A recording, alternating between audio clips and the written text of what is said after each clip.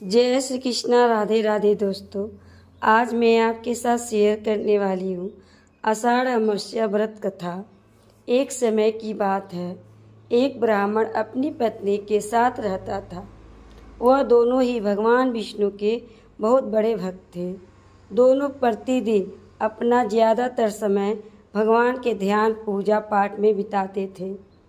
ब्राह्मण का घर धन धान्य से भरा हुआ था, किंतु संतान न होने के कारण वह दंपति अत्यंत दुखी रहता था। एक दिन ब्राह्मण ने अपनी पत्नी से कहा कि मैं तपस्या करने के लिए वन में जा रहा हूँ। इसके बाद वह भगवान पर भरोसा और संतान की कामना लेकर वन में तपस्या करने के लिए चला गया। ब्राह्मण को कठोर तपस्या करते हुए कई वर्ष बीत गए, लेकिन उसे फल की प्राप्ति नहीं हुई। अंत में हार मानकर ब्राह्मण ने अपने जीवन को समाप्त करने का निर्णय लिया। अपने जीवन समाप्त करने के बारे में सोच रहा था, उसके पेड़ की डाली पर फांसी का फंदा डाल दिया और अपने गले पर बांधने लगा। तभी वहाँ पर सुख अमावस्या प्रकट होकर बोले, हे ब्राह्मण, तुम्हारे भाग्य में 7 जन्म तक कोई संतान नहीं लिखी है, किंतु मैं तुम्हें 2 कन्या का वरदान देता हूँ। तुम अपनी एक कन्या का नाम अमावस्या रखना और दूसरी कन्या का नाम पूरन रखना।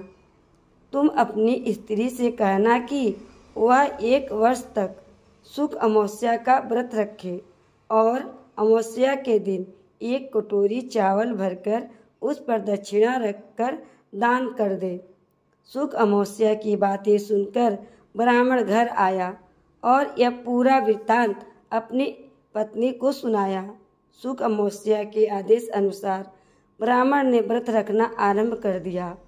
कुछ दिनों बाद ब्राह्मण के घर 2 कन्या ने जन्म लिया, जिसमें से एक कन्या का नाम अमावस्या और दूसरी कन्या का नाम पूरन रखा गया।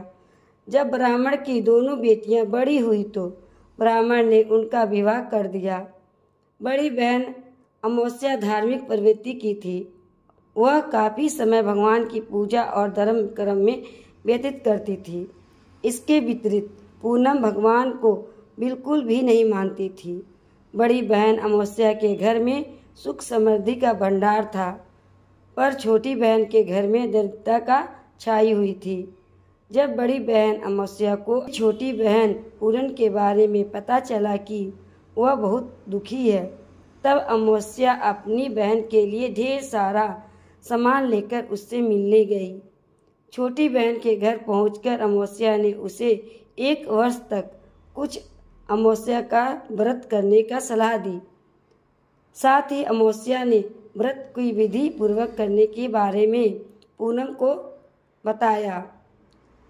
बताते हुए कहती है कि तुम 1 वर्ष तक सुख अमावस्या का व्रत करना और 1 कटोरे में चावल भरकर उसे दान कर देना।